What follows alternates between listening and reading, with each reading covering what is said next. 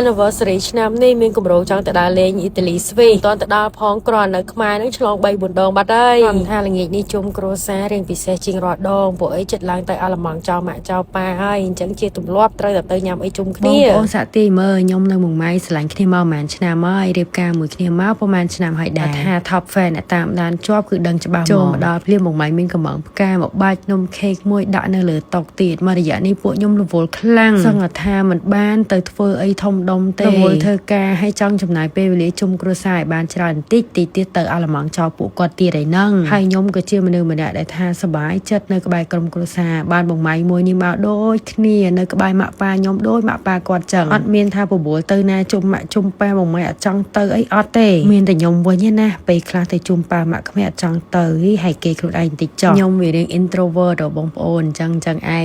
យនេះញ៉ាំស៊ុបជុំម៉ាក់ជុំប៉ាព្រោះហ្នឹងគឺជាប្រពៃណីតាំងពីក្មេងឲ្យចេញក្រៅគឺញ៉ាំស៊ុបដូច្នេះហើយថ្ងៃនេះញ៉ាំស៊ុបទៀតហើយស៊ុបពីរសជាតិនឹងឯងសល់តែមួយថ្ងៃទៀតទៅអាឡម៉ង់ចោលគាត់ឯហ្នឹងអញ្ចឹងថ្ងៃនេះជួបជុំក្រុមគ្រួសារបន្តិចហើយមុខខ្ញុំញ៉ាំតំណងអត់បងប្អូនហើយបើនិយាយពីមុខវិញថ្ងៃនេះ make up តិចខ្លាំងមែនតើសឹងថា5នាទីហើយហ្មង make up ឬអត់ make up ខ្ញុំមិនដែរចោលទេសម្រាប់ជួយមុខ Elsa ឆ្លាញ់ត្រង់ថាមកសន្លឹកឲ្យទឹកស្រោម essence ច្រើនមែនតើមានតែអាកំប៉ុងឯណាបងប្អូនឥឡូវ Elsa ក៏មានកញ្ចប់ដែរមកកញ្ចប់តមើលនេះអាចទិញសាកសិនបានសាច់ស្លៃនេះល្អមែនតើប្រភេទ Twin Pad ចឹងតែមកស្លឹកហ្នឹងបងប្អូនជួយបានពេញផ្ទៃមុខហ្មងបងប្អូនដែលមានបញ្ហាមុខមុនមុខរោលប្រើល្អខ្លាំងមែនតើអត់មានជាតិកាត់ទេណាដាក់លើភ្នែកក៏អត់ផ្សាភ្នែកដែរសំខាន់ណាជួយផ្ចិតរនញើសជួយចិញ្ចឹមស្បែកមុខយើងនឹងឯងហើយបើសាន់ខាវិញណាពេលណាក៏អាចចោលបានដែរមិនថាព្រឹកមិនថាថ្ងៃទេសាន់ខានេះត្រូវសម្រាប់បងប្អូនដែលចូលចិត្តប្រើពីក្រោម make up ឬក៏ប្រើប្រចាំថ្ងៃធម្មតាដែលចូលចិត្តរបៀបរៀង tone up តិចអីសរោមច្រើនងាយស្រួលដាក់ចូលមុខហើយបើបីកញ្ចប់នេះពិសេស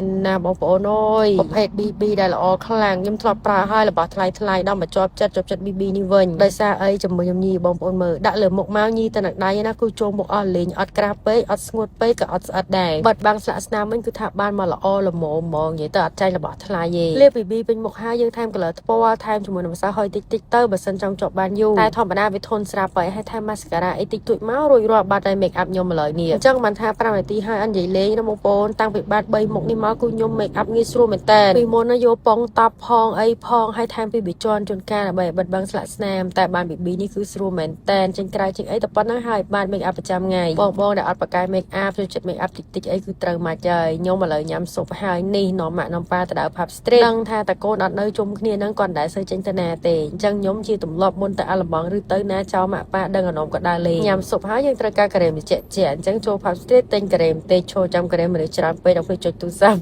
ហើយបងប្អូនអើយកន្លែងនេះលក់ដាច់មែនតែនហ្មងអញ្ចឹងហើយតទៅត្រង់ជួរទិញបានហើយអង្គុយញ៉ាំនិយាយគ្នាលេងមួយម៉ាក់មួយប៉ាតែមើលទឹកមុខអត់ស្រស់សោះដល់ឲ្យកូនចិត្តទៅចោលអញ្ចឹងបងប្អូនចិត្តដល់វីដេអូខ្ញុំទៅអាឡម៉ង់ហើយណាចង់មើលអីខ្លះចង់ឲ្យទៅណាខ្លះចាំ comment ប្រាប់ផងវីដេអូថ្ងៃនេះមានប៉ុណ្្នឹងឯង